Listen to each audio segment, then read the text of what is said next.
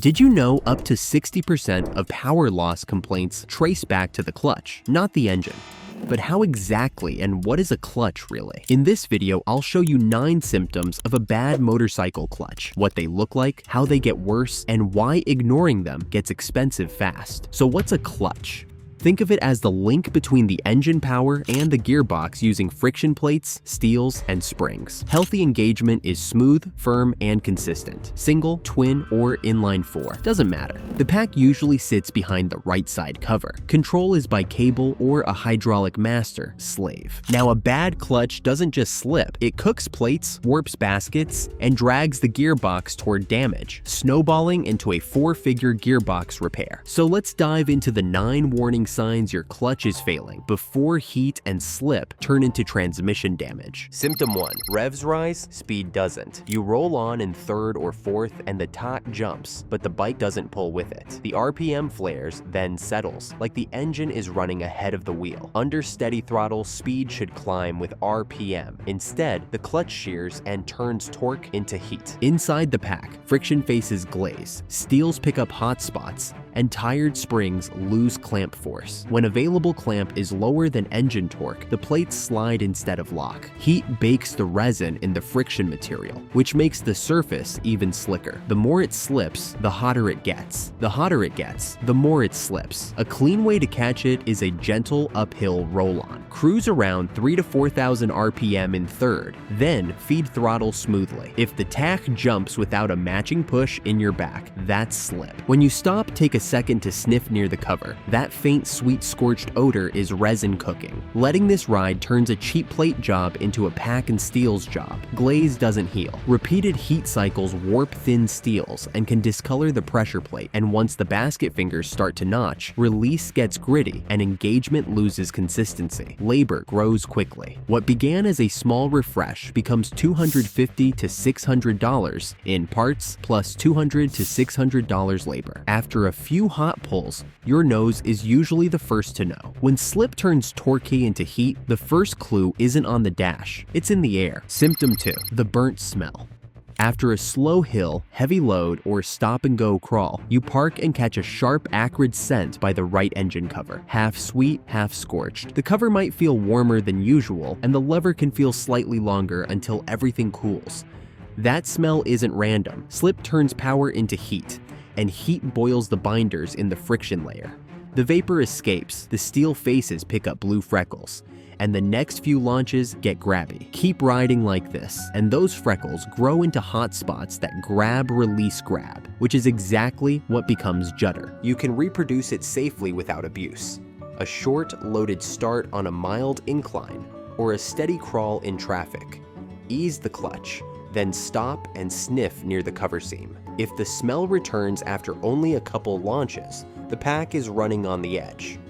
What starts as an aroma becomes texture. Steel plates don't stay flat after repeated hot slips. Expect color bands, glazed sheen, even tiny heat cracks. That pushes you past frictions only and into steels. And if the tabs have been hammering, basket fingers may be peened. Add $50 to $120 for steels and possibly $300 to $800 for a basket if the fingers are notched enough. Those etched steel freckles don't just smell bad, they bite and let go in pulses, which you'll soon feel as a shaky, buzzing takeoff. Symptom 3. Chatter or judder on takeoff. As you ease the lever out, the bike shudders like a low-speed jackhammer. The bars blur, the seat trembles, and you compensate with too much RPM to mask the shake. That's not engine tune, it's plate behavior. The stacked surfaces aren't even anymore. Warped steels, glazed frictions, and notched basket fingers trap the tabs so the plates can't float. Instead of one smooth slide, they stick slipstick. That on-off pattern shakes the chassis and hammers the hub and basket with every launch. A simple check is a normal first gear start on flat ground with minimal throttle. If the mirrors blur right as the bike begins to move, and then clear up once the lever's all the way out, you're feeling judder. Ease the lever back in a hair during the shake. If it calms, you've confirmed plate irregularity instead of fueling. Every judder punch chews the aluminum fingers and hub splines. Lightly filing the fingers fingers is only a stopgap and risks creating a taper that makes plate motion worse. Once the hub basket geometry is distorted, engagement won't feel right again until those pieces are replaced. Figure $300 to $800 for basket hub kits, plus $40 to $100 in gaskets and seals. As those edges chew and plate motion gets sticky, the lever can't separate the pack cleanly even when it's pulled all the way in, and that shows up as a creeping tug at idle. Symptom 4. Clutch drag. At a stop in first gear with the lever fully in, the bike noses forward like it wants to go. Finding neutral becomes a chore. On the stand with the rear wheel up, you click into first, and the wheel spins more than a light oil drag. It resists when you try to stop it with one finger. Plates should lift and spin free when you pull the lever. With notched fingers, warped faces, contaminated or wrong spec oil, or zero free play, the plates still kiss each other. That thin kiss carries enough torque to load the gearbox dogs even while you sit at lights. Prolonged drag cooks the pack at every stop and keeps the transmission under constant load. Dogs and forks are happiest when shafts unload during shifts. Drag prevents that, so dogs begin to round, forks get peened, and the selector drum works harder. What started as a friction interface issue becomes case-open gearbox work, and once you're inside the transmission, precision time is what you're buying. $1,000 plus isn't unusual once forks, dogs, and gaskets are on the list. Keep that drag long enough and the box stops unloading. Neutral hides and shifts turn grainy. Are you finding this useful? Subscribe now and stay ahead of costly failures. Symptom 5. Notchy shifts.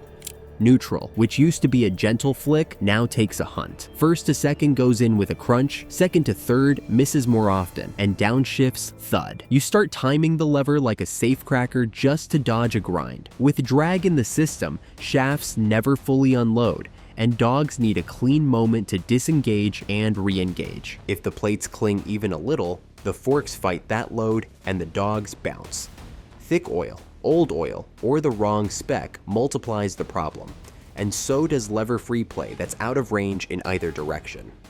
Warm the bike and test this with the engine running and off. If neutral is easier with the engine off than on, you're feeling drag. For cables, measure free play at the lever. Around 2 to 3 millimeters is where most manuals want it. For hydraulics, pay attention to bite point consistency, hot versus cold. A moving bite point hints at fluid or seal issues. You can't force clean shifts into rounded dogs forever. The tips chamfer, engagement depth shrinks, and gears start kicking out. That's when you open cases and spend $800 to $1,500 just to reverse a chain that started at the clutch. When clean shifts take a hunt, look at your fingers. The bite point is already wandering. See, the next hint doesn't come from the box at all. It shows up at your fingers as the bite point creeps around and lever feel changes with heat and time. Symptom 6. Engagement point moves. Yesterday, the clutch bit near the bar. Today, it bites near full reach. On a long ride, the point creeps and the feel turns vague. Cable setups do this when the inner cable stretches, the housing wears, pivots dry out, or water sneaks into the sheath and the strands saw the liner. Free play drifts. Too little means the pack never clamps fully. Too much means the pack never lifts cleanly. Hydraulic systems swing when old fluid absorbs moisture, and tiny bubbles form under heat. The master or slave seals can bypass a trace of fluid, so the lever moves without giving the push rod enough throw. The fixes are simple when you're early. For cables, set free play to about 2 to 3 millimeters at the lever, lube the cable, and feel both ends for broken strands. For hydraulics, look at fluid color. T-brown is old, and bleed the system. Note if the bite point stabilizes with fresh fluid. A drifting bite point doubles the damage. Too tight burns plates, too loose eats dogs. At that point, you've got clutch wear and gearbox stress in the same sentence. Early correction is cheap, $40 to $200 for cable or master hunt slave service. And even a mildly glazed pack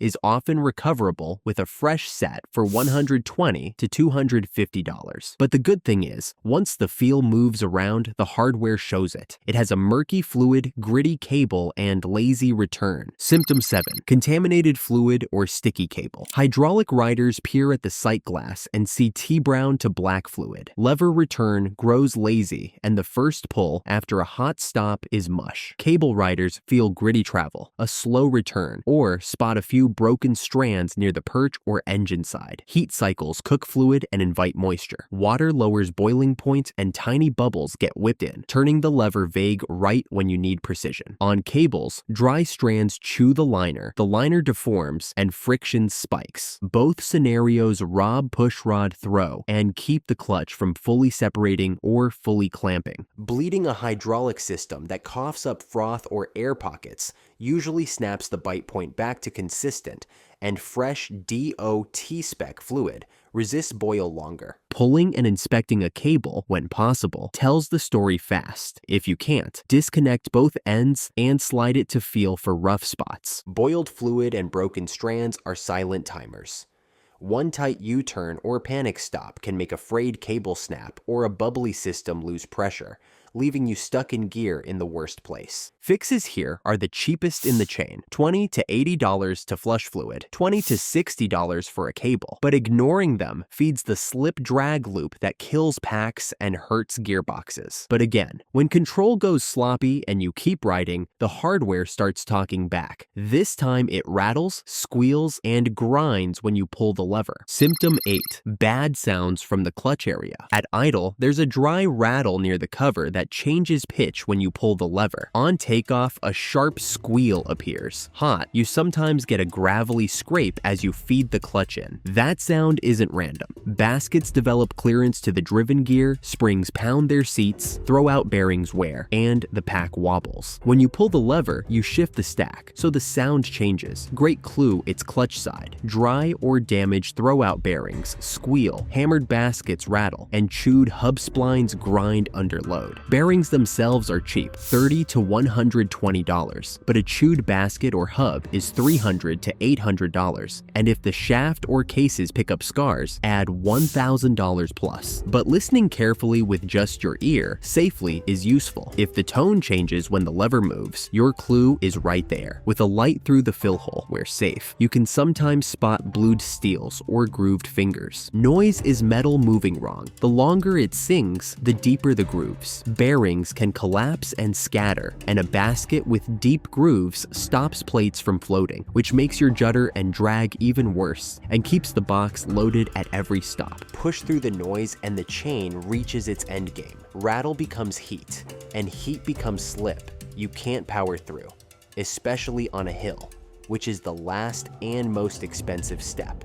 Symptom 9. Fade under heat. After a hot canyon run or a long traffic slog, lever travel grows. The bite point fades, and the bike barely moves even though the engine revs. Park 5 minutes, and it's a little better. Ride again, and the fade returns. That's the system running out of margin. Glazed plates need more clamp than the springs can supply. Heat thins the oil and reduces friction, and hydraulics may cavitate with micro bubbles. Everything conspires to lower torque capacity when the pack is hottest. Find a safe incline and test after a heat cycle with correct free play and fresh fluid. If it slips instantly on a normal hill start, the pack is cooked. A basic inspection, per your manual, will confirm it. Blue steels, crumbly friction edges, and notched fingers tell the whole story.